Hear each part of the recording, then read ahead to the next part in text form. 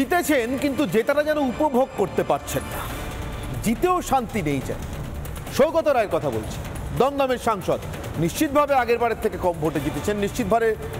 নিশ্চিতভাবেই আগের বারের মতো এত সহজভাবে জিততে পারেননি, বরং জিতবেন কি জিতবেন না কিছুক্ষণ টেনশন চলার পর শেষ দিকে কিছুটা টেনশন মুক্ত হয়ে জিতেছেন। কিন্তু এই জেতায় কাঁটা আছে। শুধু সুজন চক্রবর্তী নয়, শুধু শিলভদ্র দত্ত নয়, সে কাঁটার নাম শহুরে ভোটারের ভোট, আবাসনের ভোটারের ভোট। সে কাঁটার জখম এতটাই, জ্বালা এতটাই, জেতা সৌগত রায়ও জয় উদযাপনের মঞ্চে দাঁড়িয়ে সে কাঁটার জ্বালা জখম ভুলতে পারছেন না।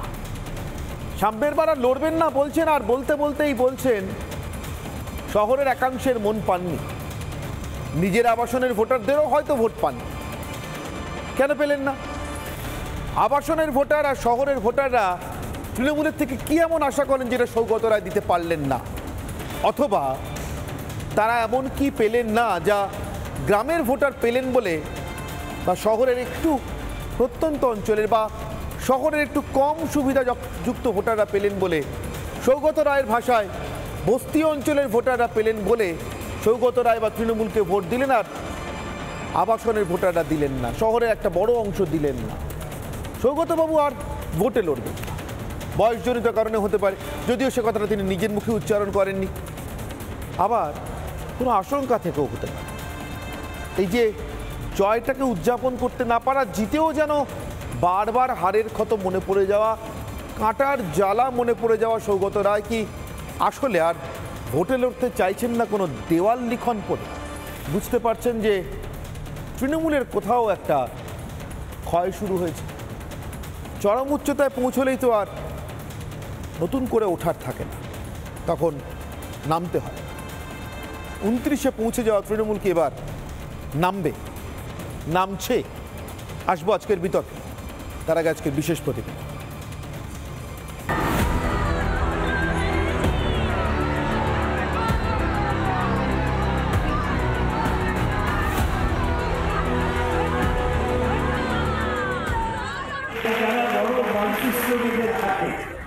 অনেক জায়গায় আমাদের ভোট মিটে গেছে জনাদেশ তৃণমূলের ঝুড়িতে, কিন্তু জয়ের মুকুট যেমন ভারী, ঠিক তেমনি কাঁটার খোঁচাও যে তীব্র তা মালুম হয়ে যাচ্ছে। গ্রামে সবাই ভোট দিয়েছে, কিন্তু শহরে আপনাদের মনে রাখতে হবে যে একটা সেকশন আমাদের ভোট দেয়।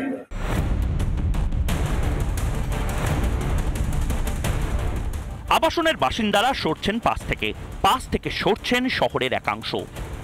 চুরি দুর্নীতির পাঠশালার পরিণতি বুঝতে পেরেই কি সেই বিপর্যয়ের দেওয়াল লিখনই কি পড়ে ফেলেছেন সৌগত রায়? না হলে আর ভোটে না লড়ার কথা বলছেন কেন? আমি আর নির্বাচনের দাঁড়াবো। এবার কি তাহলে শহুরে ইমারতে আলগা হচ্ছে তৃণমূলের ভিত? শ্রীয়ের আওতায় যাদের আনা যায়নি, যাদের ক্ষয়রাতিতে কেনা যায় না, যারা চুরি দুর্নীতির কঙ্কালটা আলবাত চেনেন, তৃণমূলের পাশ থেকে সরছেন তারা। শহর কলকাতা থেকে মুর্শিদাবাদ, তৃণমূল বনাম তৃণমূলের লড়াইটাও তো খবরের শিরোনামে। 26-এর নির্বাচনে তৃণমূল ধুয়ে মুছে সাফ হয়ে যাবে। ঘরে বাইরে তৃণমূল যে বেশ বেকায়দায় তার বলার অপেক্ষা রাখে না। সব সামলাতে না পারলে 26-এর বিধানসভায় কঠিন লড়াইয়ের মুখে পড়তে চলেছে তৃণমূল। রিপাবলিক বাংলা। আর ঠিক এখান থেকে আমার আজকের প্রথম প্রশ্ন, এখান থেকে আমার আজকের অগ্নিবাণ জানি আমার আজকের বিতর্ক শুরু করব। তৃণমূলের এই উচ্চতায় পৌঁছে যাওয়া থেকে পরবর্তী আশঙ্কা, তৃণমূলের পরবর্তী আশঙ্কাটা কোথায়? আমার আজকের অগ্নিবাণ, তৃণমূলের 29 আসলে আমি কোট আনকোট রেখেছি, পিপিলিকার পাখা। আপনারা বলবেন যে এ কেমন ধৃষ্টতা অ্যাঙ্কারের, এ কেমন ধৃষ্টতা সাংবাদিকের, পিপিলিকার পাখা হয় মরিবার তরে। আমরা বলি তৃণমূলের 29, তার সঙ্গে মরার তুলনা কিসের? আমি রাজনৈতিক মৃত্যুর কথা বলছি, যে মৃত্যু প্রতি মুহূর্তে, প্রতি পলে, প্রতি নির্বাচনে ভোগ করছে, অনুভব করতে পারছেন এ রাজ্যের বামেরা। 5 থেকে 7, কে বলবে 13 বছর আগেও রাইটার্সের মসনদে এই বামেরাই ক্ষমতায় আসীন ছিলেন, যাদের ভোট এখন 5 থেকে 7। কে বলবে 13 বছর আগেও যখন ক্ষমতা থেকে যাচ্ছে বামেরা, তখনও তাদের ঝুলিতে 40% ভোট। কে বলবে 13 বছরে 40% ভোট 5 থেকে 7-এ চলে আসতে পারে। আর তাই কিছুই অসম্ভব নয় জনগণের কৃপায়। কেউ 5 থেকে 45-এ ওঠে, তো কেউ 45 থেকে 5-এ নেমে যায়। তাই আমার এই প্রশ্ন, তাই আমার এমন প্রশ্ন যে তৃণমূলের 29 আসলে পিপিলিকার পাখা হয়ে গিয়েছে, পর্বতের শীর্ষে চড়া হয়ে গিয়েছে, এবার নামার পালা তৃণমূলের। বুঝতে পারছেন সিজন পলিটিশিয়ান সৌগত রায়রা? আমার সঙ্গে উপস্থিত যে অতিথিরা, একে একে পরিচয় করে দেয় আমাদের সঙ্গে। আমার একেবারে বাঁদিকে রয়েছেন, বাঁদিক থেকে পরিচয় করাচ্ছে, আমার একেবারে বাঁদিকে রয়েছেন সুকন্যা ভট্টাচার্য, আইনজীবী, রয়েছেন আরেক আইনজীবী মণিশঙ্কর চট্টোপাধ্যায়, 2 আইনজীবী তৃণমূলের সমর্থক। আমার সঙ্গে রয়েছেন দেবাশিস ঘোষ, রাজনৈতিক বিশ্লেষক। আমার ঠিক ডান দিকে বিজেপি মুখপাত্র ডক্টর অভ্র সেন, এবং আমার সঙ্গে আরেক বিজেপির মুখপাত্র যোগ দেওয়ার কথা, দেবজিৎ বাবু বোধহয় রাস্তায় আটকে রয়েছেন, দেবজিৎ সরকার বিজেপির অপর মুখপাত্র। এবং আমার সঙ্গে ইতিমধ্যেই রয়েছেন সরাসরি চন্দ্রচূড় ঘোষ, রাজনৈতিক ইতিহাসবিদ এবং সাম্প্রতিক সময়ে রাজনৈতিক ভাষ্যকার। মণিশঙ্করবাবু, আপনার কি মনে হয় সৌগত রায়ের মতো সিজন পলিটিশিয়ান সদ্য জিতে উঠেছে, এখন কোথায় নরেন্দ্র মোদীকে এবং তার দলবলকে পার্লামেন্টে ব্যতিব্যস্ত রাখবেন? আপনাদের ইন্ডিয়া জোটের শক্তি বেড়েছে, তা নয় হঠাৎ করে এখন বিজয়ের বাঁশি বাজাচ্ছেন কেন? আর দাঁড়াবো না, লড়বো না? দেখুন, সৌগত রায় পরে আর লড়বেন না, এটা মনে হয় মমতা ব্যানার্জি যখন ভোটে দাঁড় করা ছিল তখনই মনে হয় বলে দিয়েছে। এটা কোনো নতুন কথা নয়। এখন একটা বয়সের সময় সরে যেতেই হয়, এবং কেউ যদি সরে দাঁড়ায় সেটাই বলবো তার মহৎ, পুরনোদের মানে নতুনদেরকে সুযোগ দেওয়া। যেটা সিপিএম পার্টিতে বলা হয়, যখন সিপিএম পার্টি ক্ষমতায় ছিলেন, যখন পিক আওয়ার্সে ছিলেন, তখন কোনোদিনই ভাবেন না যে নতুন কোনো জেনারেশনকে তুলে আনি, যার জন্যে সেই বদনাম এখনও তাদেরকে নিতে হয়। পরিবর্তন তো হয়ই। ধরুন দীনদয়াল উপাধ্যায়কে স্বয়ংবর করে যদি কেউ ভারতীয় জনসংঘ হয়, তারপর তো বিজেপি পার্টিটা হয়েছিল 1980 সালে। এবার যদি বলেন যে বিজেপি পার্টি তৈরি করেছিল কে, অটল বিহারী বাজপেয়ী, এল.কে আদবানি, তাহলে আপনি বলছেন উনি হাল ছাড়ছেন আর কাউকে হাল ছাড়াচ্ছেন। আদবানিকে তো কিছুই করলেন না, যাদের প্রতিষ্ঠিত, যাদেরকে ভাঙিয়ে আজকে মানে নরেন্দ্র মোদী ক্ষমতায় এসছেন, তাকে তো মানে আমি তো বলবো যে তাকে তো উপেক্ষাই করেছেন।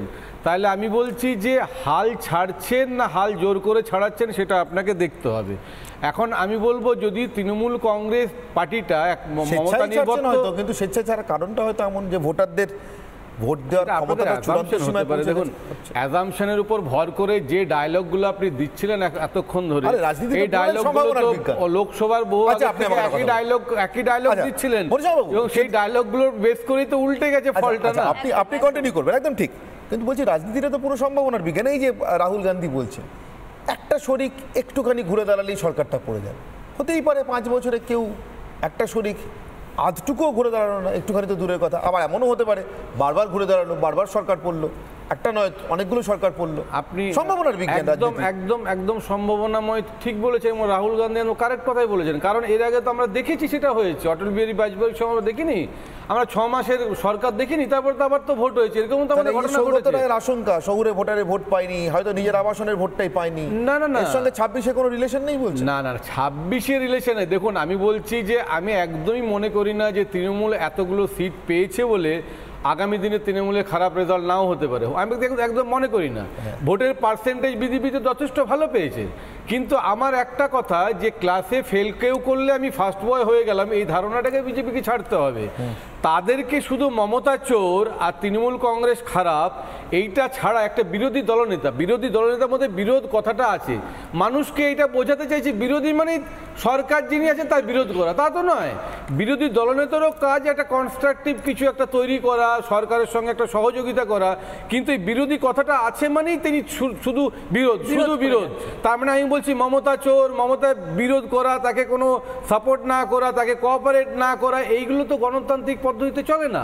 আবার উল্টো দিকে আপনি যদি দেখেন, মমতা থেকে আবার যদি আপনি উল্টো দিকে দেখেন সে মমতার তো অনেক কথা সবাই বলে, আপনারা বলেন, সবাই বলেন, তারপরে তো রেজাল্ট উল্টো হচ্ছে। এবার আপনি যদি বলেন এই 400 পার মোদি সরকার, মমতা তো খুব ভালো রেজাল্ট মোদি পেয়েছেন বলছেন 400 পার, কিন্তু সত্যি সত্যি মানুষ আর বুদ্ধবাবুকে নরখাদক বলে মমতা মুখ্যমন্ত্রী হননি, ভালো রেজাল্ট পেয়েছেন। আমি বলছি শুভেন্দু যদি ফলো করেন, আমি বলছি যে ভালোগুলোকে একটু বলুন। আমি বলছি এতগুলো ভালো কাজ আছে, খারাপগুলোকে চাপা পড়ে যাচ্ছে, এটা কি খারাপ কাজ? আমি বলছি মমতার যেগুলো বলছেন আপনি সেগুলো হয়তো খারাপ, অনেক কিছু খারাপ আছে যেগুলো কটু লাগে, কিন্তু এত ভালো জিনিস আছে সেগুলো চাপা পড়ে গেছে। ক্লাসে 100 জনের মধ্যে 90 জন পাস করলে আমরা বলি পুরো ক্লাসটাই পাস করেছে, এখানে তো আমার আর 10 জনকে আমরা মেনশন করি না। 29 জন কিন্তু জয়ের আনন্দে কিন্তু এই ভোট খারাপগুলো চাপা পড়ে যাচ্ছে না। লক্ষ্যটা যদি ঠিক থাকে, যদি সৎ ইচ্ছা থাকে, তাহলে অসম্ভবকেও সম্ভব করা যায়। আজকে 400 পার মোদি যদি বলেন, আর সত্যি সত্যি মানুষ যদি 400 পার করে দিত, তাহলে মোদি তো জয় হতো, মানুষ তো বিশ্বাস করতো। এটা কি গণতন্ত্রের পক্ষে শুভ লক্ষণ? আজকে যদি 545টা সিটি মোদি পেয়ে যায়, এটা কি গণতন্ত্রের পক্ষে শুভ লক্ষণ? তাহলে গণতন্ত্রের পক্ষে যেটা শুভ লক্ষণ নয়, সেরকম একটা পার্সেন্টেজ ভোট চেয়েছে মানে বিজেপি সরকার, সেরকম একটা সিট চেয়েছে। সেই জন্যই জনতা বুঝিয়ে দিয়েছে যে আপনি কি জন্য 400 চাইছিলেন। আপনি ডিক্টেটরশিপ চালাবো বলে 400 চাইছিলেন, আপনি সংবিধান চেঞ্জ করবো বলে 400 চাইছিলেন, আপনি পার্লামেন্টে বিল পাস করবেন বলে চাইছিলেন, 100 জনকে তাড়িয়ে দিয়ে আপনি নিজের মতো করে চাইবেন বলে, মানে পাস করবেন বলে চাইছিলেন। এগুলো জনগণ বুঝতে পেরেছে, বুঝতে পেরে 400 পারটা একদম উল্টে দিয়েছে। এরপরে আশঙ্কা করছেন কবে সরকারটা চলে যায়। সামনের দিকে তাকাতে সাহায্য করেন। থ্যাংক ইউ মণিশঙ্কর বাবু। ঠিক এইভাবেই মানুষ কিন্তু 2019 সালে বুঝতে পেরেছিলেন মমতা বন্দ্যোপাধ্যায় যখন 42-এ 42 বলেছিলেন, 22 করে দিয়েছিলেন, 33 না 34 থেকে 22 করে দিয়েছিলেন, বুঝতে পেরেছিলেন 42-এ 42 হয়ে গেলে বোধহয় অটোক্রেসি তৈরি হবে। মমতা এখানে নতুন কোনো আইন তৈরি করতে পারেন। মমতা তো বলেন তিনি এটা মানবেন না, ওটা মানবেন না, সেটা মানবেন না, নতুন আইন। কিন্তু আমরা তো তৃণমূলের সমর্থক হয়ে খারাপ ভালোটা বলছি, কিন্তু অপোজিট পার্টিগুলোকে খারাপগুলোকে স্বীকার করতে আপনাকে জিজ্ঞাসা করি, আমাদের কিছু ভুল আছে, আমাদের এটা অন্যায়। সৌগত বাবু যার মধ্যে খেদ দেখছেন, শহুরে ভোটারদের একাংশ ভোট দিচ্ছেন না, আবাসন ভোট দেয়নি, সৌগতবাবু নিজে নাম করে বলেছেন বলে বলছে, আমি নাম করে আলাদা করে মানুষকে চিহ্নিত করি না, কিন্তু উনি বলছেন বস্তির গরিব মানুষ আমাদের ভোট দিয়েছেন। আপনারা কি সেখান থেকে কোনো আশার আলো দেখছেন নাকি আরো তলিয়ে যাওয়ার কথা ভাবছেন? কোনটা? প্রথমেই বলি যে একটা কথা বারবার তৃণমূলের তরফ থেকে বলা হয় যে মোদি গভর্নমেন্ট কনস্টিটিউশন নাকি বদলে দেবে। যিনি এক্ষুনি বলছিলেন উনি কিন্তু একজন স্বনামধন্য আইনজীবী। তো আমি দাদাকে উইথ ডিউ রেসপেক্ট একটা কথা মনে করিয়ে দিতে চাই যে দাদা আপনি নিশ্চয়ই শুনেছেন Keshavananda Bharati versus the Union of India, এই কেসটার কি জাজমেন্ট ছিল সুপ্রিম কোর্টের। আমাদের কনস্টিটিউশনের বেসিক স্ট্রাকচার কিন্তু বদলানো যায় না, কিন্তু কনস্টিটিউশনাল অ্যামেন্ডমেন্ট অন্যান্য ক্ষেত্রে আনা যায়। তাই এই যে কনস্টিটিউশন বদলে দেবে এই বাজে কথাটা যেন তৃণমূল কংগ্রেস বা অন্য বিরোধীরা না বলে, যেন মুখে সেলোটেপ লাগিয়ে রাখে। আর এবার পরিসংখ্যানে আসি, আপনার প্রশ্নের উত্তরে আসছি অনির্বাণ দা। দেখুন 2021-এর পরিসংখ্যান এবং 2024-এর পরিসংখ্যান আপনি দেখুন। ভারতীয় জনতা পার্টি, হ্যাঁ হতে পারে আমরা কম সিটে জিতেছি এবার আগের বারের থেকে, কিন্তু আপনি যদি আমাদের ভোট পাওয়ার সংখ্যা দেখেন, আমাদের কিন্তু 12 লক্ষ ভোট এই বাংলার বুকে বেড়েছে। আপনি যদি কম্পেয়ার করেন তৃণমূলের প্রাপ্ত ভোট 2021 এবং 2024-এ, আপনি দেখতে পাবেন তৃণমূলের কিন্তু ভোট কমেছে বেশ কিছু লক্ষ।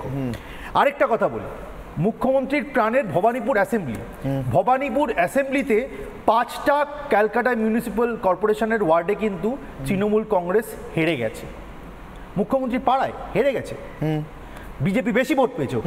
খালি তাই নয়, আপনি যদি পুরো কেএমসি এরিয়া দেখেন, 70টা কেএমসি ওয়ার্ডে কিন্তু তৃণমূল কংগ্রেস হেরে গেছে, ওখানে কিন্তু বিজেপি সবকটা ওয়ার্ডে লিড দিয়েছে। আমি বলছি এই পরিসংখ্যানগুলো দেখলেই বোঝা যায় যে খালি সিটের সংখ্যা দিয়ে কিন্তু মানুষের মন কোন দিকে এটা বিচার করলে চলবে না, বরং বিশ্লেষণটা করলে আরো এরকম গভীরে ঢুকতে হবে। আজকে সৌগত রায় মহাশয়, উনি যথেষ্ট একজন বিদ্যমান মানুষ এবং উনি শিক্ষক অধ্যাপক মানুষ, উনি রাজনীতিটা বোঝেন। উনি বুঝতে পেরেছেন যে খালি এই জয়ের প্রতিফলন আমরা দেখেছি লুঙ্গি ডান্সে, এই জয়ের প্রতিফলন আমরা দেখেছি দুপুরবেলা 40 ডিগ্রি সেন্টিগ্রেডে ধেই করে নাচে তৃণমূলের, কিন্তু সেটাই যে শেষ কথা নয়। উনি কিন্তু এটা বিচক্ষণের মতো যথেষ্ট ভালো করে বুঝেছেন। উনি বুঝেছেন বলেই আজকে জিতে যাওয়ার পরও তার মুখে এই ধরনের ভাষা বা এই ধরনের হতাশার কথা আমরা শুনতে পাচ্ছি। আসলে আপনি একটা জিনিস খেয়াল করুন অনির্বাণদা, যে ওই লুঙ্গি ডান্স যে আমরা দেখেছিলাম কেশপুরে, ধেই করে নাচ দেখেছিলাম আমরা এই কলকাতার বুকে, ওই কাউন্টিংয়ের দিনের পরে তৃণমূল কংগ্রেস কিন্তু তেমন কোনো হুঙ্কারও দিতে পারেনি বা তেমন নাচারও কিন্তু কোনো সিচুয়েশনে থাকতে পারে। কারণটা কি? কারণ হচ্ছে এক্স্যাক্টলি না, এটা সংযমও তো হতে পারে তৃণমূল। আপনি সংযমকে দুর্বলতা ভাবছেন না তো? অনির্বাণদা তৃণমূলের সংযমটা আমি বলছি 2021-এর আমি যে পরিসংখ্যানটা দিলাম 21-এর পরেও যেমনি পোস্টপোল ভায়োলেন্স ঠিক এইবারও পোস্টপোল ভায়োলেন্স, এটা হচ্ছে তৃণমূলের সংযম। আমি ভবানীপুর অ্যাসেম্বলির কথা বললাম, আমাদের কাছে আজকে খবর এসছে ভবানীপুর অ্যাসেম্বলির আমাদের কার্যকর্তাদের মিথ্যে কেস দিয়ে বারবার করে তাদেরকে হ্যারাস করা হচ্ছে, কিছু জনকে এরকম করে ধরপাকড় করা হচ্ছে। এইটা হচ্ছে তৃণমূলের সংযম। ওরা যখন বুঝতে পেরেছে যে হার আসন্ন, 2026-এ অশনি সংঘের তারা পরিষ্কার চোখের সামনে দেখতে পাচ্ছে, তারা কিন্তু এখনই দমনপীড়ন নীতিতে নেমে গেছে। আপনি কম্পেয়ার করে নিন, আমরা গুজরাট, হিমাচল, মধ্যপ্রদেশ, দিল্লি, এর সঙ্গে শুরু করে উত্তরাখণ্ড, আরও জায়গায় জায়গায় ভারতীয় জনতা পার্টি বিরোধীদেরকে হোয়াইট ওয়াশ করেছে। কোথাও দেখতে পেয়েছেন একটা ইনস্ট্যান্স আমাকে দেখিয়ে দিন তো যেখানে বিরোধীদের দমন পীড়ন করা হয়েছে, ফলস কেস দেওয়া হয়েছে বা ধরে মারা হয়েছে? কোথাও আপনি দেখাতে পারবেন না। এই রকম নিদর্শন আমরা খালি দেখছি পশ্চিমবঙ্গে। এবার যদি তৃণমূল কংগ্রেসের পায়ের তলায় এতটা মাটি থাকতো এবং যে জনসমর্থন তারা নাকি পেয়েছে এটা যদি ছাপ্পা না দিয়ে স্বতঃস্ফূর্ত জনসমর্থন হতো, তাহলে কিন্তু এই ধরনের দমন পীড়ন করার দিকে তৃণমূল কংগ্রেস ঝুঁকতো না। ঝুঁকেছে মানে তাদের ইন্টারনাল রিপোর্টেও কিন্তু পরিষ্কার যে তাদের অবস্থা খারাপ হতে চলেছে। তাই বিরোধীদের এখন থেকেই দমন পীড়ন করো, এখন থেকেই একটা ভয়ের বাতাবরণ তৈরি করো। এইটা হচ্ছে এদের মোডাস অপারেন্ডি। এটা থেকে পরিষ্কার দেখুন, আমরা আরেকটা পরিসংখ্যান দিই। আপনি যদি দেখেন অলরেডি 90টা বিধানসভায় কিন্তু আমরা যা ভোট পেয়েছি সেই অনুযায়ী আমরা কিন্তু এগিয়ে রয়েছি, ভারতীয় জনতা পার্টি এগিয়ে রয়েছে। আর আপনি যদি দেখেন প্রায় 140+ বিধানসভা আসনে ভারতীয় জনতা পার্টি 40%-এর ওপর ভোট পেয়েছে। তার মানে ওখানে যদি আমাদের ভোট আরেকটু বাড়ে, আরও যদি আমরা জনসমর্থন পেতে পারি, তাহলে কিন্তু এটা একদম দেয়ালের লেখাটা পরিষ্কার 2026-এ তৃণমূল কিন্তু থাকছে না। আমি একটা কথা বলছি যে এই যে মানুষের মন পেয়েছো তোমরা, অনেক বেশি মানে পার্সেন্টেজ ভোট পেয়েছো, 26-এও কি মন নিয়ে মানে সন্তুষ্ট থাকবে? মনিদা একটা কথা বলি, সিট নিয়ে সন্তুষ্ট থাকবে। মনিদা একটা কথা আমি বলছি, খুশির বাতাবরণ আমি বলে দিচ্ছি, উত্তর দিচ্ছি। মন পাওয়া নিয়ে সিট নিয়ে খুশি না তো? আমি বলছি খুশি আপনাদের কাছে এইটা বলে দিচ্ছি, উত্তর দিচ্ছি। মনিদা উত্তরটা বলে দিচ্ছি। মানুষের মন পেলে, আমাদের যেটা ফিলোসফি, মানুষের মন পেলে তবেই কিন্তু মানুষের ভোটটা পাওয়া যায়। এটা কি দাঁড়ান না, আপনাদের ফিলোসফিটা আলাদা, সেটা স্বাভাবিক। আপনাদের মানুষের মন পাওয়ার প্রয়োজন হয় না, আপনারা ছাপ্পা দিয়ে সেই মানুষের ভোটটা পেয়ে যান, এবং সেটা তো পঞ্চায়েতে কাউন্টিং সেন্টারেও ছাপ্পা চলে। তাই আপনাদের সঙ্গে আমাদের ফিলোসফি, আমাদের আইডিওলজির বিন্দু বিসর্গ মিল নেই। আপনারা একরকমভাবে রাজনীতিটাকে দেখেন। আপনারা রাজনীতিটাকে কিভাবে দেখেন? যে ক্ষমতা দখল করার লড়াই। সেখান থেকে আমরা কিন্তু অনেকটাই আলাদা। আমরা নিজেদের মতো আইডিওলজিক্যাল পলিটিক্স করি, এবং মানুষ কিন্তু এই পরিবেশে, এই ভায়োলেন্সের পরিবেশেও আমরা যে সমর্থনটা পেয়েছি তার জন্য আমরা মানুষের কাছে কৃতজ্ঞ, এবং আমাদের দৃঢ় বিশ্বাস 2026-এ আপনারা চলে যাবেনই, এটুকু গ্যারেন্টি দিলাম। আরেকটা কথা বলে দিচ্ছি, পরিসংখ্যানের কথা যখন হচ্ছে, সংখ্যার কথা বলছিলেন তো, সিটের সংখ্যা প্রায় 12টা সিটে বামেরা ভোট কেটেছে বলে কিন্তু ওখানে বিজেপি সিটগুলো জিততে পারেনি। এবার বামেরা তো আপনাদের জোট সঙ্গী, বামেরা তো ইন্ডিজোটে আপনাদের জোট সঙ্গী, বামেরা তো আপনাদের জোট সঙ্গী। বামেদেরকে আপনারা দুধ কলা খাইয়ে বড় করছেন, এখন বামেদের আপনারা দুধ কলা খাইয়ে বড় করছেন, আর ভোটটা কেটে আপনাদেরকে সুবিধা করে দিচ্ছে বামেরা। এটাই হচ্ছে বড় ব্যাপারেন্ডি, পরিষ্কার অঙ্ক তো আপনাদের। খুব ইন্টারেস্টিংলি যখন বামেদের কথা বলছেন, খুব ইন্টারেস্টিংলি সৌগতবাবু যে আসনটা জিতেছেন, সৌগতবাবুর জয়ের যা ব্যবধান, তার অন্তত 6 গুণ 8 গুণ, প্রায় 8 গুণ ভোট সুজন চক্রবর্তী একা পেয়েছে। 7 গুণ তো বটেই, 7 থেকে 8 গুণ বেশি। দেবাশিসবাবু আর এক্স্যাক্ট পরিসংখ্যান বলতে পারবেন, কিন্তু তার মধ্যে দাঁড়িয়েও, অর্থাৎ বামেদের এমন বিপুল সমর্থন তাকে এগিয়ে দিয়েছে দেখেও সৌগতবাবুর গলায় এই খেদটা কেন? দেবাশিসবাবু, আপনি কিছু টের পাচ্ছেন, কিছু বুঝতে পারছেন? একজন সিজেন্ড পলিটিশিয়ান, প্রথমবার সাংসদ। না না, আমি একটা সেই তরুণ বাবু আর উত্তম বাবু, এটা খুব বিখ্যাত কথা ছিল, মানে এখন একটু কষ্ট হবে, পরে তা সয়ে যাবে, আমি এটা দিয়ে শুরু করছি। মানে ব্যাপারটা এরকম নয়, মানে দুটো জিনিস বুঝতে হবে অনির্বাণ। একটা হচ্ছে যে একটা যেটা অভ্র বললো যে বামেরা ভোটটা অনেকটা টেনে নিয়েছে, বা আপনিও যেটা বললেন, আসলে এইভাবে স্ট্যাটিস্টিক্স দিয়ে কি সবটা বোঝা যাবে? তাহলে আবার ধরুন যদি মুর্শিদাবাদের কথা আসে, তখন তো আবার অন্যরকম উল্টো অঙ্ক হয়ে যাবে। তখন হয়তো বামেরা বলবে যে বিজেপি আমার ভোট নিয়ে চলে গেল, আর নইলে আমি জিতে যেতাম। ব্যাপারটা এরকম নয়, মানে দ্বিপাক্ষিক লড়াই তো হচ্ছে না, এটা ত্রিপাক্ষিক বা চতুর্মুখী লড়াই হবে, তিনজন মিলে লড়বেন। তো এটা তো হবেই, কেউ কারো ভোট কাটবে, এটা তো ডিস্ট্রিবিউশন থিওরি অনুযায়ী খেলা হচ্ছে, মানে কাজ হচ্ছে। আপনি যদি যেভাবে দেখেন, মানে উড়িষ্যায় তো, আমি কিন্তু কাটাকাটির কথাটা বলছি না, আমি তাহলে একটু বলে নিই, আমার মনে হয় আপনারাও একটু ব্যাখ্যা করতে সুবিধা হবে। দেখুন, এই যে 7 গুণ, মানে সৌগতবাবুর জয়ের ব্যবধানে 7 গুণ ভোট পেয়েছে সেই দলটা, যারা এমনিতে 5 থেকে 7% আটকে আছে, সিপিআইএমের কথা বলছি। সুজনবাবু এই রাজ্যে বামেদের জামানত বাঁচানো দুজনের মধ্যে একজন, অপরজন মোহাম্মদ সেলিম। আমি বলছি সৌগত রায়ের মনের ক্ষেত থেকে এই কারণে, মানে জিতলাম বটে, কিন্তু যাদের বিরুদ্ধে জীবনের সব থেকে বেশি সময় রাজনীতি করলাম সেই লোকটা আমার ব্যবধানের 7 গুণ বেশি ভোট পেয়ে বসে আছে এই বাজারে, সিপিএমের এই বাজারে। যার কাছে হারলাম তার কাছে হারের ব্যবধানটা 1050-এর কাছাকাছি। আসলে অনির্বাণ, আপনি যেভাবে প্রশ্নটাকে ফেলবেন আপনি হয়তো ভাবছেন সেভাবে সবসময় উত্তরটা হবে না, মানে আপনি এভাবে দেখছেন, আমার দেখার জিনিসটা অন্য। আমার হয়তো হতে পারে যে জায়গা এটা মনে হবে। আপনার কেন মনে হচ্ছে, মানে আপনার কি মনে হয় এই জয়ের এই উদযাপনের মঞ্চে সৌগতবাবুর এখানে কতগুলো কথা আছে, আমি সেটাই বলার চেষ্টা করছি যে আজকে আপনি একটা ফ্যাক্টরকে ইগনোর করলেন, সেটা হচ্ছে যে অভিষেক ব্যানার্জির নেতৃত্বে একটা নব্য তৃণমূলের তো উত্থান ঘটছে, এটা তো অস্বীকার করার জায়গা নেই। এবং বহু জায়গায় আমরা দেখেছি, আপনি খেয়াল করে দেখবেন এই লোকসভা চলাকালীন দমদম, শ্রীরামপুর এবং উত্তর কলকাতা, এই 3টে জায়গায় কিন্তু অভিষেক ব্যানার্জি কোনো রকম প্রচারে যাননি। হ্যাঁ, এটা একটা কিন্তু একটা পয়েন্ট আপনাকে দেখতে হবে। এবার এই দমদমে কে ছিলেন? সৌগত রায়। শ্রীরামপুরে ছিলেন কল্যাণ ব্যানার্জি। উত্তর কলকাতায় সুদীপ ব্যানার্জি। অতএব আমি কি বলতে চাইছি আপনি বুঝতে পেরেছেন, অভিষেক বন্দ্যোপাধ্যায় 3 অপছন্দের প্রার্থী, ঠিক, যাদের অবশ্যই অনেক আগে উচিত ছিল। এবারে একটা জিনিস হয়তো সৌগতবাবু বুঝতে পারছেন যে আস্তে আস্তে ব্যাটনটা কোনো জায়গা থেকে মমতা ব্যানার্জির হাত থেকে অভিষেক ব্যানার্জির হাতে চলে যাচ্ছে এবং ধীরে ধীরে দলের যে গঠনতন্ত্র, সেই গঠনতন্ত্রে এবং অভিষেক ব্যানার্জির মারাত্মক একটা কন্ট্রোল আসছে। এবং এই যে আজকে তৃণমূলের এই যে জয়, এই জয়টা কিন্তু আমি সবসময় বলবো যে এটা কিন্তু অভিষেক ব্যানার্জির অনেক ক্রেডিট। অভিষেক ব্যানার্জি পুরো তৃণমূল সংগঠনটাকে এটা কর্পোরেট জায়গায় নিয়ে গেছে এবং সেইভাবে বাইরের কোনো এজেন্সিকে দিয়ে বিভিন্নভাবে সে সংগঠনটাকে একেবারে চারপাশ থেকে ঘিরেছে।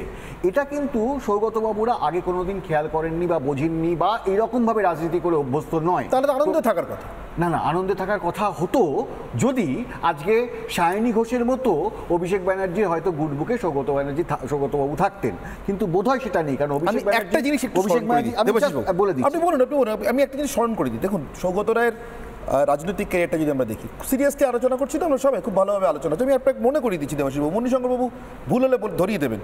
ইন্দিরা গান্ধীর বিরুদ্ধে লড়ে, মানে প্রথমবার মন্ত্রী হওয়া কেন্দ্রে ইন্দিরা গান্ধীর বিরুদ্ধে, প্রথম অবশ্যই কংগ্রেসই করতেন, ছাত্র পরিষদ করতেন, জীবনে প্রথমবার মন্ত্রী হলেন জনতা দল থেকে ইন্দিরা গান্ধীর বিরুদ্ধে লড়ে। সেই সৌগতবাবুর কিন্তু তার পরবর্তী সময় সঞ্জয় গান্ধী বা রাজীব গান্ধীর নেতৃত্ব স্বীকার করে নিতে সামান্যতম অসুবিধা হয়নি। সৌগতবাবু মমতা বন্দ্যোপাধ্যায় দল ভাঙার পর দক্ষিণ কলকাতা কেন্দ্রে মমতা বন্দ্যোপাধ্যায়ের বিরুদ্ধে কংগ্রেসের প্রার্থী, জামানত বাজেয়াপ্ত হয়েছিল সেই নির্বাচনে মমতার কাছে, তৃণমূলের জয় জয়কার। পরবর্তীকালে সেই মমতারই দলে গিয়ে সৌগতবাবু আজকে যে গুরুত্ব পান সেটা অর্জন করে নিতে তার বিন্দুমাত্র অসুবিধা হয়নি। সৌগতবাবু সিজন্ড পলিটিশিয়ান, আগামীকালের নেতা অভিষেক বুঝলে তার মানিয়ে নিতে অসুবিধা হওয়ার কথা নয়। এর মধ্যে এই করুণ সুরের পিছনে অন্য কিছু আছে দেবাশিসবাবু, আপনি ধরতে চাইছেন না ধরছেন না? আমি বলতে চাইছি যে অভিষেক কিন্তু বারবার একটা কথা বলার চেষ্টা করেছে, সেটা হচ্ছে যে এই যে যাদের বয়স 60 হয়ে যাচ্ছে, 70 হয়ে যাচ্ছে, তারা বোধহয়, আপনাদের এখানেও বহুবার দেখানো হয়েছে, তারা বোধহয় সেই দৌড়টা দৌড়াতে পারবে না যে দৌড়টা আজকে অনেক ইয়াং জেনারেশনের লোকেরা দৌড়াবে, এবং এটাও বারবার প্রমোট করছে বা বলার চেষ্টা করছে। আমি আরেকটা কথা এখানে বলবো, যেটা হয়তো বিজেপির যিনি বললেন তিনি ইগনোর করলেন, তিনি সেই একইভাবে বা আপনিও বলার চেষ্টা করলেন সিপিএম বা ইত্যাদি ইত্যাদি। কিন্তু আজকে তৃণমূলের সঙ্গে লড়তে গেলে 3টে জিনিসকে মাথায় রাখতে হবে। একটা, মমতা ব্যানার্জির ইমেজ। 2 হচ্ছে পলিটিক্যাল যে ফাইট আছে তার সঙ্গে অ্যাডমিনিস্ট্রেটিভ লড়াইটা লড়তে হবে, এটা ভুললে চলবে না। আর ফ্রিবি আছে কিন্তু পুলিশ, মানে এই যে লড়াইটা, এই লড়াইটা কিন্তু যতটা স্বাভাবিক পলিটিক্যাল ব্যাটল, এটা কিন্তু ঠিক পলিটিক্যাল ব্যাটল নয়। মানে আপনি যদি ভেবে দেখেন, একটা সময় হিটলারের নাৎসি বাহিনীকে হারাতে গিয়ে কিভাবে লড়তে হয়েছিল সবাইকে, মানে এই জায়গাটা কিন্তু বিজেপি বিরোধী যারা আছে প্রত্যেককে বুঝতে হবে, লড়াইটা কিন্তু পলিটিক্যাল লড়াই না। আজকে সৌগতবাবু সরে যাচ্ছেন কি সরে যাচ্ছেন না, তার কি হতাশা আছে, সেটা একটা দিক। কিন্তু আরেকটা দিক হচ্ছে যে এত কিছু 29টা সিট পাওয়ার পরও লোকসভায় যে পরিমাণে তৃণমূল আজকে ধ্বংসাত্মক লীলায় মেতেছে, যেভাবে একের পর এক অত্যাচার করে চলেছে, তার মানে কোনো একটা জায়গা থেকে তৃণমূলের যে অ্যানালিসিস, সেই অ্যানালিসিস বলছে যে ভোটটা তৃণমূল পেয়েছে সেই ভোটের থেকে অনেক বেশি ভোট পাওয়ার কথা ছিল, বা বিজেপি হয়তো অনেক বেশি ভোট পেয়ে গেছে যে ভোটটা তৃণমূল এক্সপেক্ট করেনি।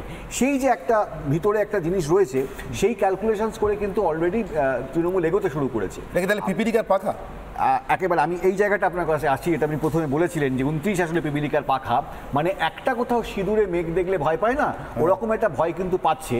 এবং বিজেপিকে এই জায়গায় অনেক বেশি সুদৃঢ় হতে হবে, প্রয়োজনে অন্যান্য বিরোধী দলের সঙ্গেও কথা বলতে হবে বা বুঝতে হবে। কারণ একটা জিনিস আপনি মাথায় রাখবেন, সেটা হচ্ছে এটা লড়াই, ইটস আ ওয়ার। তো there is nothing unfair in love and war, আমরা কথাই বলি।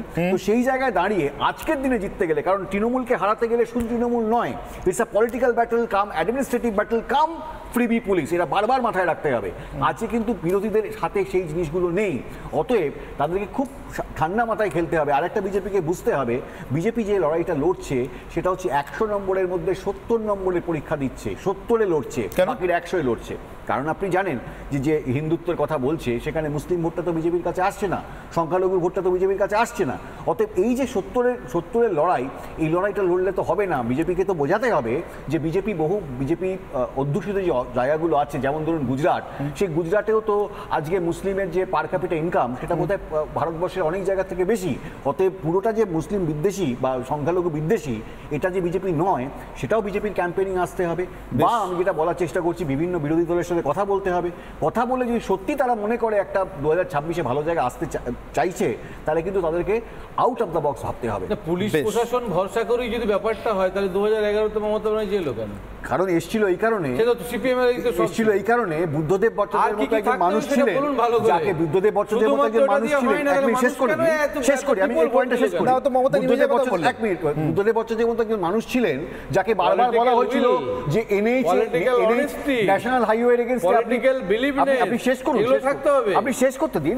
ন্যাশনাল হাইওয়ে এতে আপনি কেস করতে পারেন, মমতা ব্যানার্জি বসতে পারে না। কিন্তু উনি এতটাই আদর্শে অনুপ্রাণিত ছিলেন, উনি বলেছিলেন এটা আমার রাজনৈতিক লড়াই, আমি এ ধরনের কোনো রকম কেস করব না।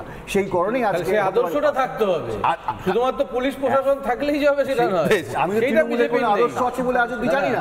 আচ্ছা, এই আদর্শটা আপনি প্রকাশ করুন। বললেন তো আদর্শ ছিল, আপনি তো বললেন। না, আমি বুদ্ধদেব ভট্টাচার্য আদর্শ ছিল বলে। আমি উদয়ন গুহর কথা একটু আসি। দেখুন, উদয়নবাবু এমনিতে একটু সেই অর্থে মুখ খারাপ করা মানুষ, মানে খারাপ কথা বলে ফেলেন, কিন্তু অনেক সময় বলতে বলতে অনুভবের কথা বলে ফেলেন। মানে পরিবারে কিছু লোক থাকেন না, ভিতরের কথা বাইরে গিয়ে অনেক সময় চায়ের দোকানে বলে ফেলেন, কালকে রাত্রে কী নিয়ে ঝামেলা হয়েছে, অনেকটা সেই টাইপের মানুষ। কিন্তু বলতে বলতে উদয়নবাবু সিরিয়াস কথা বলে ফেলেন, সেরকমই একটা সিরিয়াস কথা আপনাদের সামনে রাখছি।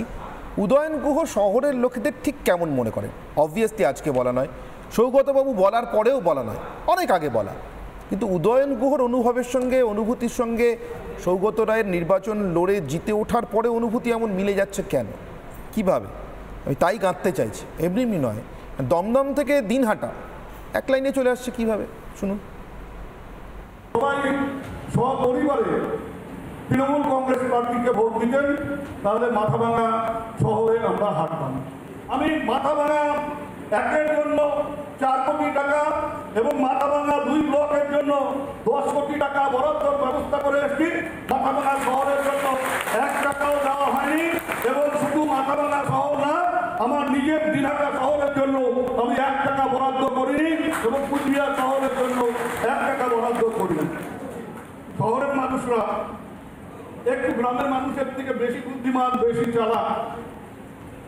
তাদের এই উপলব্ধিটা করতে হবে যে তারা উন্নয়ন চান, তারা এগিয়ে যেতে চান, না ধর্ম চান। সরকার একটা নতুন সিদ্ধান্ত নিয়েছে যে আবাসনের যে পুরনো তালিকা, সেই তালিকা বাতিল করে নতুন তালিকা তৈরি হবে। মাথার উপর ছাপ নেবে, পেটে ভাত নেবে, আর ভোট দেওয়ার সময় পদ্ম ফুলের ছাপ দেবে। তাদের ব্যাপারে নিশ্চয়ই জেলা সভাপতি সহ অন্যরা বিশেষভাবে চিন্তা করবে। সুকন্যা, আমাদের আমরা যখন মাধ্যমিক উচ্চ মাধ্যমিক দিচ্ছেন, জানি না সব বন্ধু লোকের কথাও হতে পারে, দেবাশিস বাবুরা বলতে পারবেন, বা আজকে সিপিএমের কেউ নেই, কারণ ওদের রাজ্য কমিটির মিটিং চলছে, তাতে কাটাছেড়া চলছে, ওদের ফল, মানে আমি ওটা বলছি না, মানে আমি তাদের কোনো প্রতিনিধি নেই। ওই সময় শুনতাম যে মাধ্যমিক উচ্চ মাধ্যমিকে ফার্স্ট সেকেন্ড থেকে শুরু করে অনেক কিছুই নাকি গ্রামে চলে যায় শুধুমাত্র এই অঙ্কে, জানে উদয়ন যেভাবে বলে। উদয়ন তো পুরনো বামপন্থী, ওই জন্য হঠাৎ করে মনে হলো আমার উদয়নের সেই অনুভবটা নিয়ে উদয়ন এসছেন। মমতা বন্দ্যোপাধ্যায় অষ্টম বামফ্রন্ট চালাচ্ছেন, যারা বলেন তারাও অনেকটা এই লাইনেই বলেন যে আসলে কোথায় দিতে হবে মমতা জানে। উদয়ন বলছেন শহরের লোক চালাক বেশি, সৌগত রায় বলছেন শহরের লোক ভোট দেয় না। চালাক হলে কি ভোট দেয় না? মানে যে ধরতে পারে সেই চালাক। আমার এটা মনে হতে পারে আপনি আমার থেকে অনেক বেশি চালাক, আপনি ডিবেটটা খুব সুন্দর করিয়ে নেন এবং তাতে পার্টিসিপেটও করেন। আপনার মনে হতে পারে সুকন্যা আমার থেকে বেশি চালাক, চিৎকার চেঁচামেচি করে ডিবেটটাকে ভণ্ডুল করে দেয়। এটা যার যার অভিমত। তো সুকন্যার কি মনে হচ্ছে আপনারটা তো- 29টা পিপিলিকার পাখা কি নয়? না না না না, নয়। 29টা পিপিলিকার কোনো পাখা নেই এখানে। 29টা পিপিলিকা হচ্ছে পশ্চিমবঙ্গের জনগণের একটা সিম্বল। এনারা প্রত্যেকেই হচ্ছে পশ্চিমবঙ্গের জনগণ। পশ্চিমবঙ্গের জনগণ এদের মন থেকে নিজেদের বিবেক বিবেচনা দিয়ে এনাদের ভোট দিয়ে জয়যুক্ত করেছেন। আজকের যে টপিকটা এই সৌগতবাবুর কথা নিয়ে যেটা হচ্ছিল, সেটা দেখুন, সৌগতবাবুর বয়স হয়ে গেছে, ওনার শারীরিক দিক থেকেও অনেক অক্ষমতা এসে যাচ্ছে, সুগারের পেশেন্ট, প্রেশার হাই। ওনার হয়তো মনে হতে পারেন যে এর পরে আমি দাঁড়াবো না, আমি নতুনদের সেই জায়গাটা ছেড়ে দেব। আমরা তো খুব ভালো, মানে ওনার এই যে প্রস্তাবটা, ওনার এই যে অভিমতটাকে আমরা সবসময় সাদরে গ্রহণ করব। সুকন্যা, একটা কথা শুধু টেকনিক্যালি ধরিয়ে দিচ্ছি, সৌগত রায়, সব সাংসদরাই দেশে এখনো পর্যন্ত তাদের সাংসদ হিসেবে যে শপথ গ্রহণটা টেকনিক্যালি সেটা হয়নি। না, আমি বলছি, মনে করে দিচ্ছি, এবার সেটা না বলছি সেটা হয়নি, কারোরই হয়নি, নরেন্দ্র মোদীরও হয়নি। সেইটা শপথটা গ্রহণ করবেন, স্পিকার নির্বাচনে অংশগ্রহণ করবেন, যে স্পিকার নির্বাচন থেকেই নাকি অভ্ররা ক্যান ফিল দ্য হিট বলছেন আপনার, মানে আপনাদের ইন্ডি জোট বলছে। তো কোথায় এখন তাতে টকবক করে ফুটবেন? সৌগতবাবু সিজন পলিটিশিয়ান, কত রকমের সংকট তৈরি করেছেন সরকার পক্ষের জন্য, কত সংকট কাটিয়েছেন সরকার পক্ষ। আমি বলছি এই জয় উদযাপনের মঞ্চে আমি আর নেই, আমি আর থাকবো না, তার সঙ্গে সঙ্গে অমুকের ভোট পেলাম না, এখন তো মানুষ কাউন্ট করে কোনটা পেয়েছি, হঠাৎ করে কোনটা পাইনি। এটা আমাদেরও খুব চিন্তা হচ্ছে, জানেন তো, এই বাংলায় বিজেপির পতাকাটা এরপরে কে বইবে, যা হিড়িক দেখছি। এই তো দীনেশ বাজাজ আমাদের এখানে চলে এলেন, আর সৌমিত্রবাবু তো মুহুর্মুহু অভিষেক ব্যানার্জির এত প্রশংসা করছে, মনে হচ্ছে উনি এই চলে এলেন বলে। আর সায়ন্তন বসু ওনাদের প্রাক্তন জিএস ছিলেন, সাধারণ সম্পাদক, উনি তো বলেছেন এরকম ভাবে বিজেপিতে চলতে থাকলে আগামী দিনে 77 কেন 27টাও বোধহয় বিজেপি পাবে না, উনি সন্দেহ প্রকাশ করছেন, আমরা নয়। আর দেখুন, বিজেপি যে সমস্ত এই ফেক কমিটি না কি যেন কি, আর একটা কি কমিটি এসছে না ওদের, ফেক কমিটি না কি একটা কমিটি এসছে, গত 21 সালেও এই কমিটি, ফেক কমিটি বারবার পশ্চিমবঙ্গে এসছিল এই সমস্ত পোস্ট পোল ভায়োলেন্সগুলো রিপোর্ট করতে, একটাও এফআইআর বা জিডি লঞ্চ করে যায়নি। এবারও আমরা দেখছি সেই কমিটি আবার এসছে, তাতে নেতৃত্বে আছেন স্বয়ং বিপ্লব দেব, যার ত্রিপুরার সম্বন্ধে আমরা খুব ভালো করে জানি, ওখানে পোস্ট পোল ভায়োলেন্সটা কীভাবে হয়েছিল, সেই বিপ্লব বাবু এখানে এসছে। এবং তার সামনে আমতলাতে বিজেপির যে গোষ্ঠীদ্বন্দ্ব আমরা দেখেছি, যার পরিপ্রেক্ষিতে ডায়মন্ড হারবারের যিনি নেতা অভিজিৎ দাস, যিনি প্রার্থী ছিলেন, তাকে সাসপেন্ড করা হয়েছে। আরে বিজেপি আগে বিজেপির নিজের ঘর সামলাক, তারপর তৃণমূলকে নিয়ে এসে কথা বলবে। নিজের ছাদ নেই মাথায়, কার বাড়িতে অ্যাসবেস্টারে ফুটো সেই নিয়ে গল্প করতে এসছে। আর বাংলার মানুষ বাঙালিকেই চায়, বাঙালি সেন্টিমেন্ট বোঝে, বাংলা বিরোধী যারা রামকৃষ্ণের নাম না করে রাম রাম করে, বাংলার মানুষ তাদের কখনোই পছন্দ করবে না, বাংলার মানুষ এদের বিরোধী। তাই বাংলার মানুষ এই রেজাল্ট দেখিয়ে দিয়েছে, 19 সালেও দেখিয়েছে, 21 সালেও দেখিয়েছে। রেজাল্ট যদি আপনারা দেখেন, 19 সালে যে এমপি ছিল, যে সংখ্যা ছিল, সেই সংখ্যায় কিন্তু আমরা বিধানসভায় বিজেপিকে দেখতে পাইনি।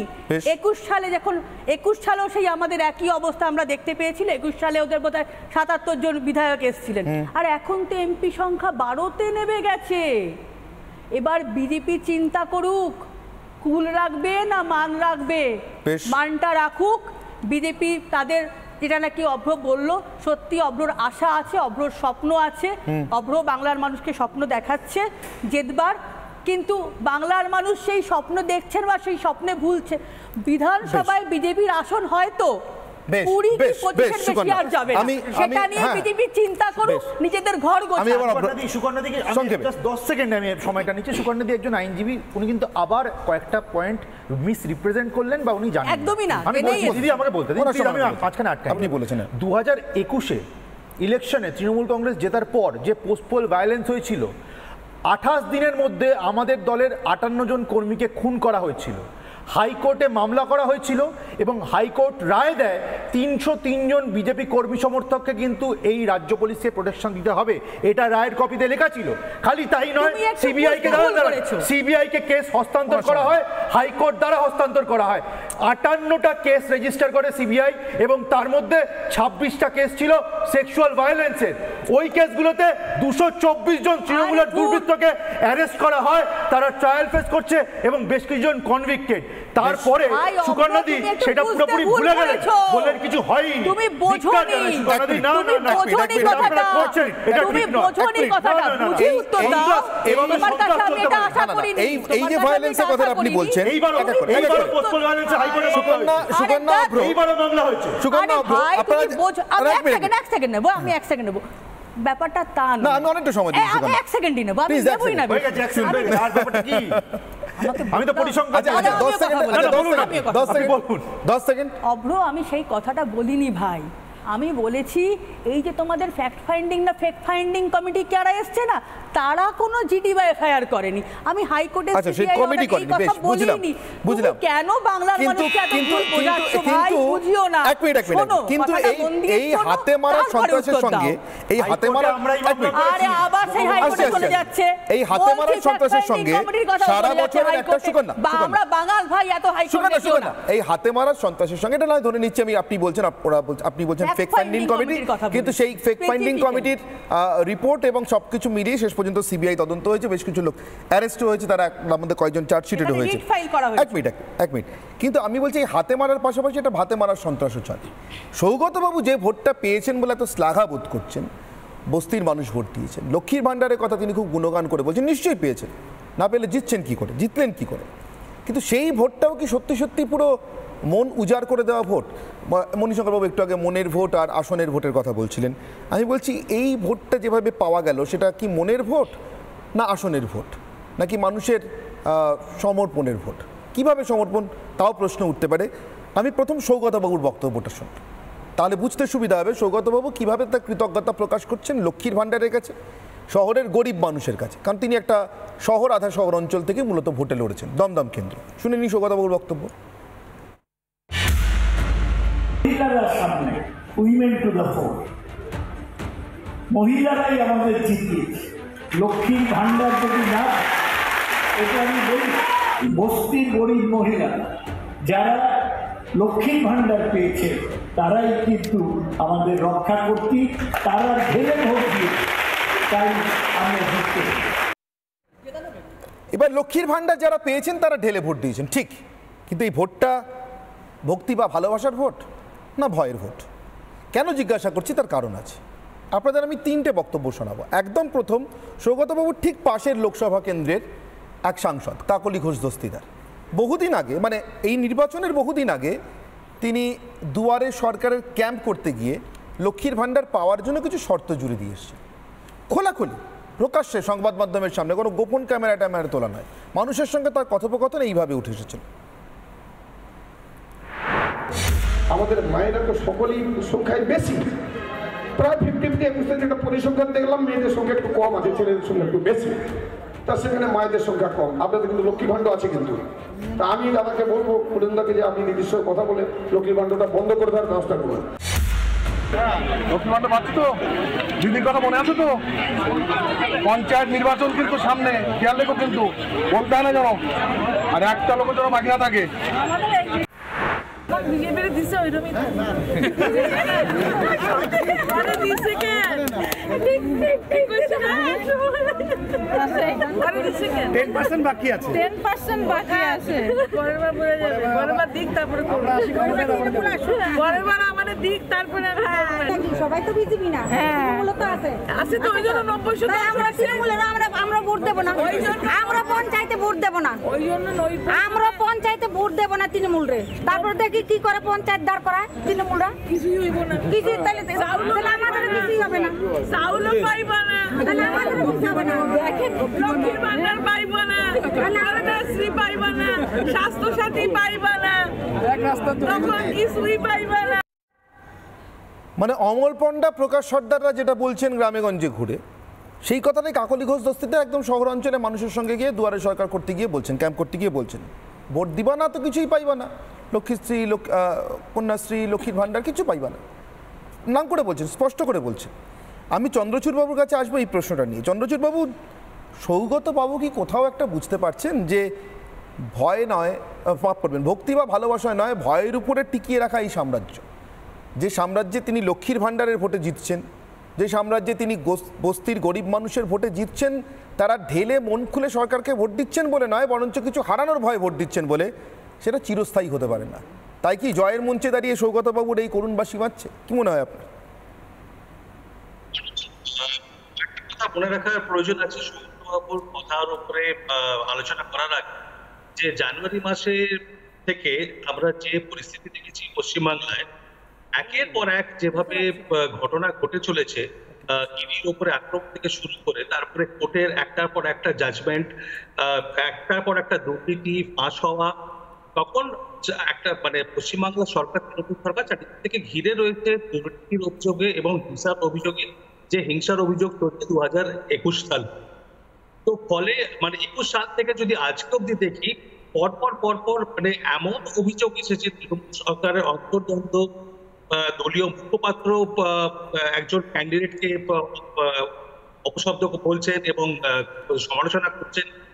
এইগুলো দেখে এমন একটা ধারণা তৈরি হয়েছিল, এমন একটা বাতাবরণ তৈরি হয়েছিল, যাতে মনে হয়েছিল এবারে তৃণমূলের পতন অবশ্যম্ভাবী।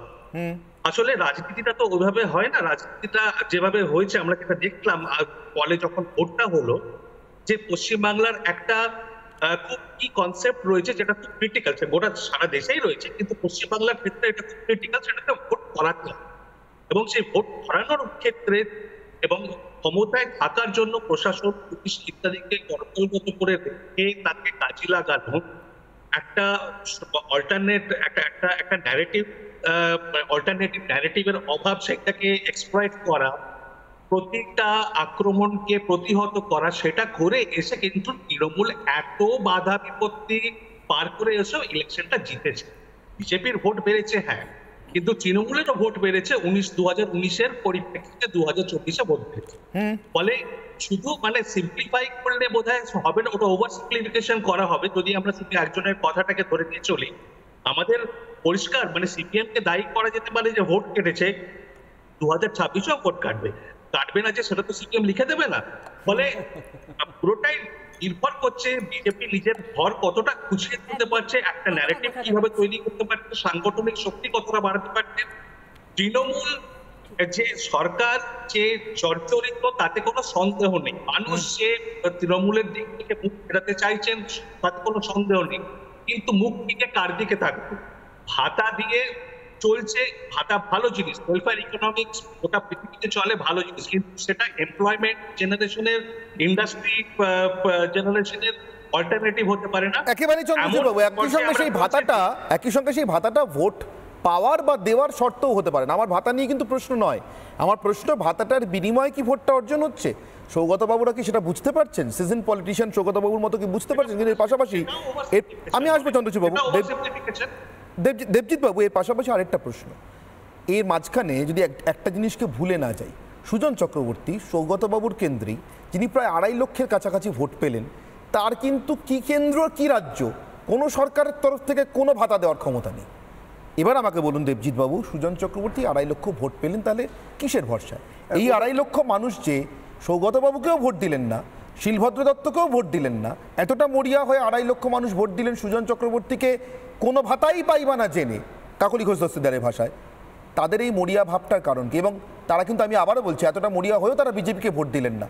তাহলে বিজেপির কি আশা আছে? সৌগতবাবু নয় অভিমান আছে, ক্ষোভ আছে, আশঙ্কা আছে, আপনাদের কি আশা আছে? আমি এই প্রশ্নটার উত্তর দিচ্ছি, আর তার আগে সৌগতবাবুর ব্যাপারটা একটুখানি আলোচনা করি। মানে আলোচনা করার কিছু নেই, যেভাবে মরিয়া হয়ে তৃণমূলের যারা প্রবক্তা তারা বলছেন, জানো আমাদের মুকুল রায় নয়, হ্যাঁ, আমাদের মুকুল রায় নয়, মুকুল দত্ত সুরকার, তিনি একটা গান লিখেছিলেন, কিশোর কুমার সেটা গেয়েছিলেন, আমরা প্রত্যেকবারই, হ্যাঁ ওটা তো বটে, আরেকটা আছে, আমি নেই ব্যথায় ব্যথায় ফুল মন ভেঙে যায়, মন ভরে যায়।